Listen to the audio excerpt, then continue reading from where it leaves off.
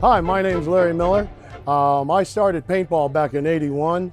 The way how I started in '81, I was at work and I was reading a flyer and it was saying, you know, come on out here to the best thing you'll ever do with your clothes on. And I said, what?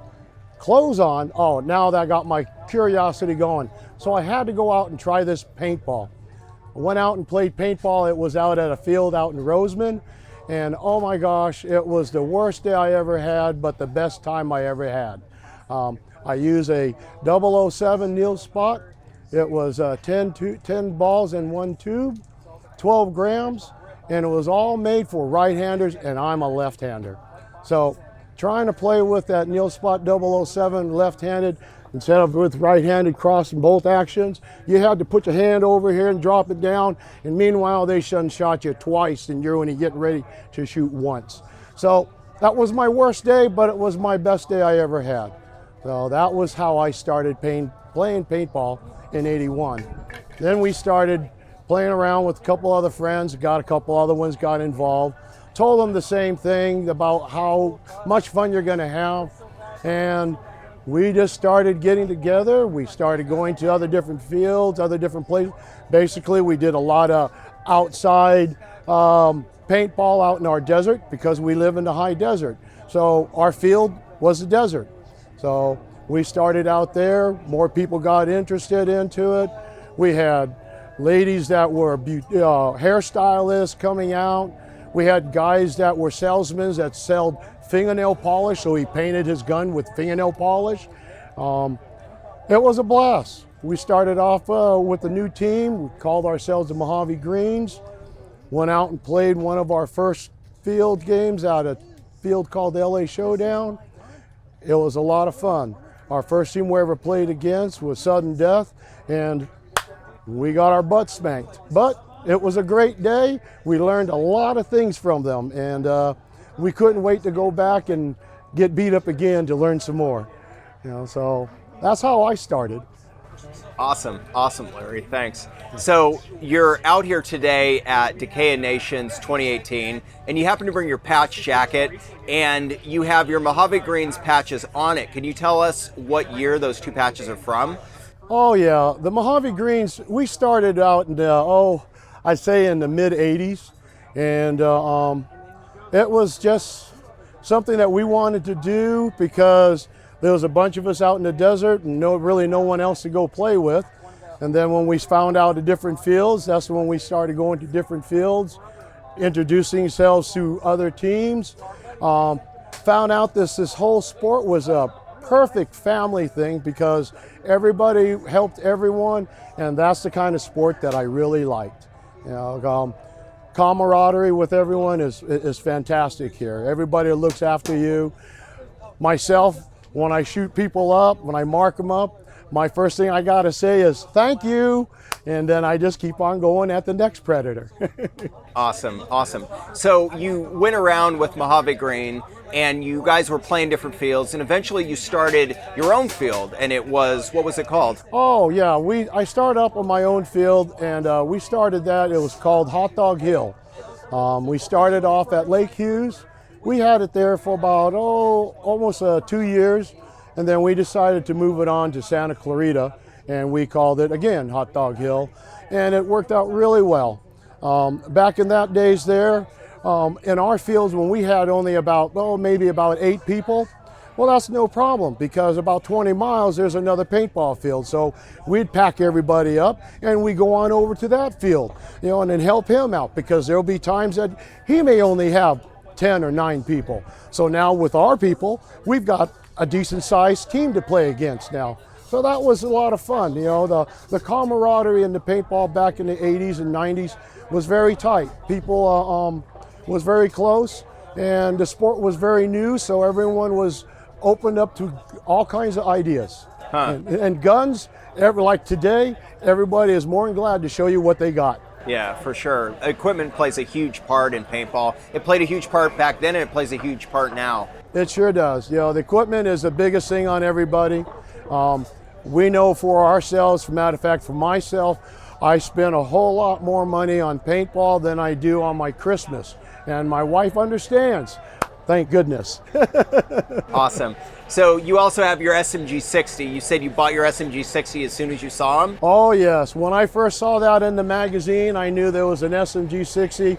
It reminded me of some of the World War II weapons that I saw, the grease guns, and I says, oh, I gotta have one. And then I read a little bit more about it, and they had two items. They had a fully auto and they had a semi-auto. And I thought, well, fully auto, I could see myself just going crazy on it. So I need to tame myself down, so I bought the semi-auto. And oh, to this day, I can still remember people coming up to me with clips all over the place saying, hey, I found your clips on the field. And my gosh, sure enough, I'd have tons of clips all over the field. And didn't think I dropped that many. But how many would you bring out with you when you were playing? Well, with the clips, at that time, I used to have a bandolier, and it holds like 5 clips in each pocket. Yeah. So I probably had a big whopping 50 rounds, and that was a lot. Yeah. I mean, that was enough at that time, especially with, having the semi-auto trigger. Right. At that time, that was plenty.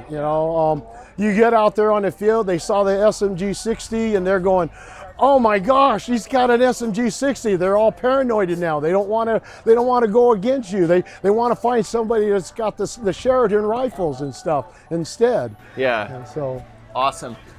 So let's see. You guys played Warzone as were you Mojave Green in 1986 yes, to play Warzone? We played as the Mojave Greens. That was a lot of fun. The biggest thing that I can remember about the Warzone was the helicopter rides.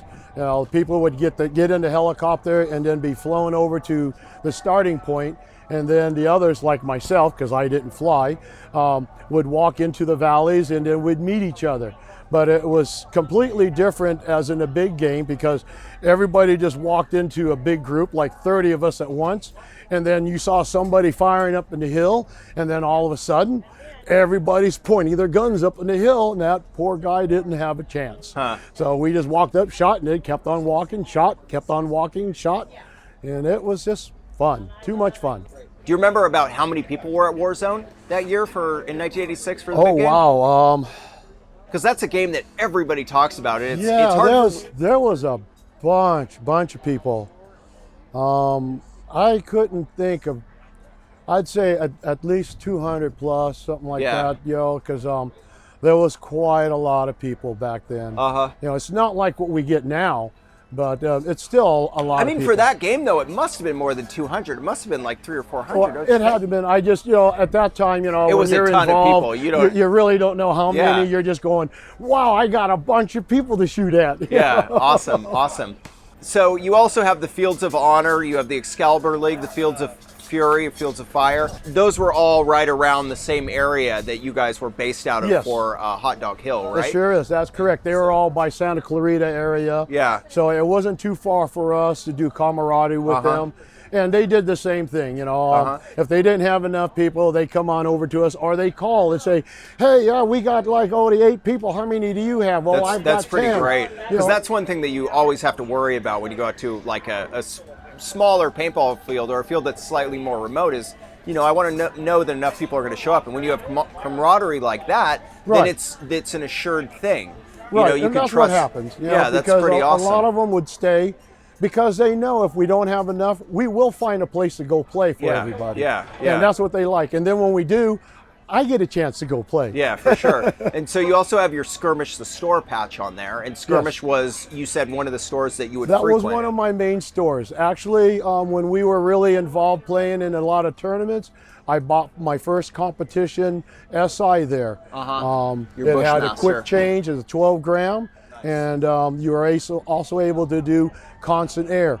It's not the constant airs that we have now. We have those 10-ounce canisters that we used to connect to them. Yeah. And that was our constant Change air. your back valve body out from your lever changer to your CA. Exactly. And then we went through a lot of power tubes, on through our SIs. But that was like one of the top of the line guns then, For sure. In probably 88, 89, 90. Right. I didn't give up my my SI After all the semis started coming out, when the Tipmans started coming out with their semi-autos, Yeah. I felt that I could still outplay them. Yeah, for sure. But they had an advantage on me because they were able to run and still shoot. Yeah. When I couldn't just run and shoot as I got a pump. Yeah, yeah. So yes, they had an advantage on me there. So what was the first semi-automatic that you went to?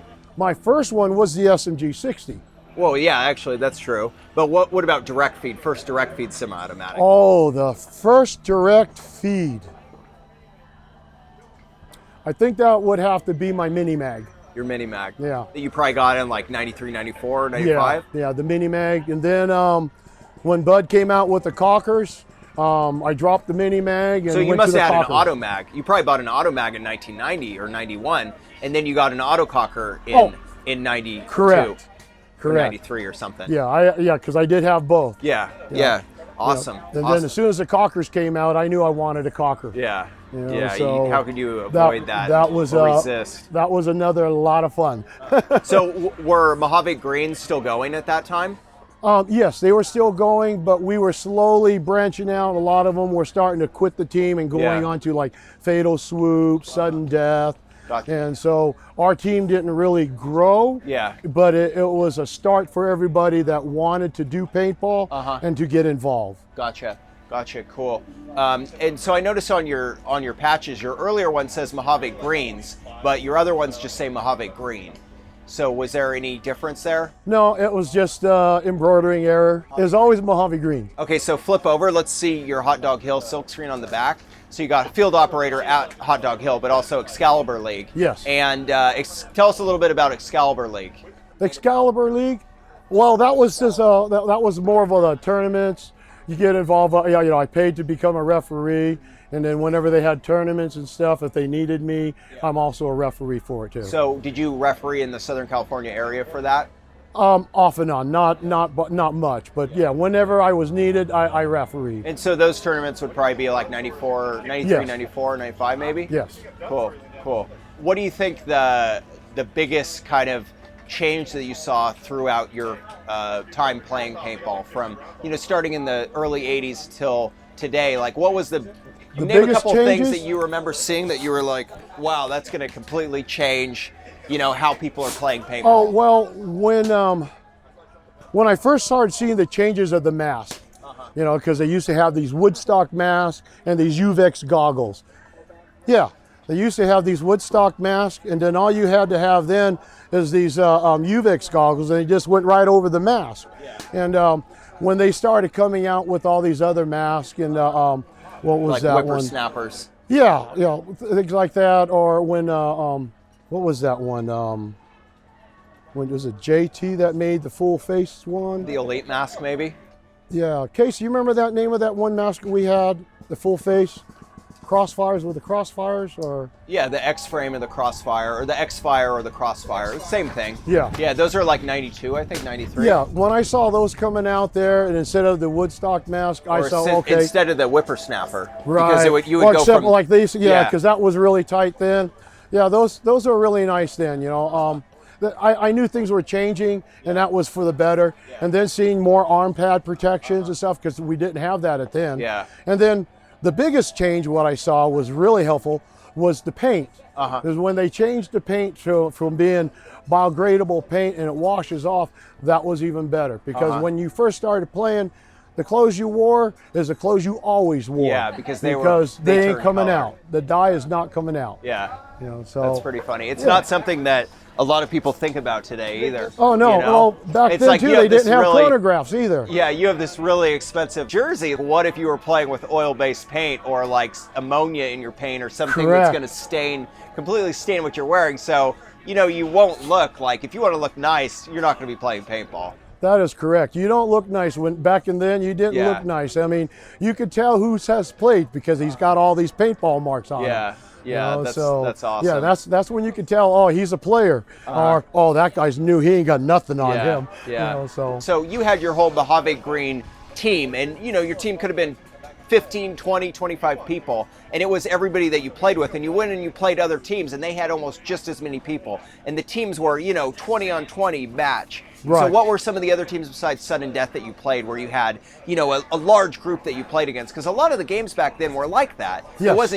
It wasn't a team, it was a group. You're playing. It was more of groups. Yeah. It's just like when we played against Mafia, the Mexican Mafia. Yeah. That wasn't just a team, that was a group of people, families getting together. They called it the family. Yes, it was big families getting together, having a good time. Where did you play against them? Oh, Fields of Fire and Fields of Fury. Southern Comfort. It was just wonderful days, wonderful time. It was great times then because no matter how much you went and you played against them and you shot up and you argued on the field, you get to that parking lot, it's just completely different. Yeah. Everybody's joking and laughing, kept it on the field. coming up to you going, "Hi, I got you. Look at that right there." Yeah. And you're going, "Yeah, I'll get you next time." Uh-huh. It was completely different. Awesome. I mean, even when we started playing tournaments, we noticed it wasn't that way no more. And that was like, okay, the fun's over. It's time to be business. Yeah. So a lot of us didn't do it, but a lot of us did. Cool. Awesome, Larry. That's a great story. Anything else you want to talk about? I can't think of anything.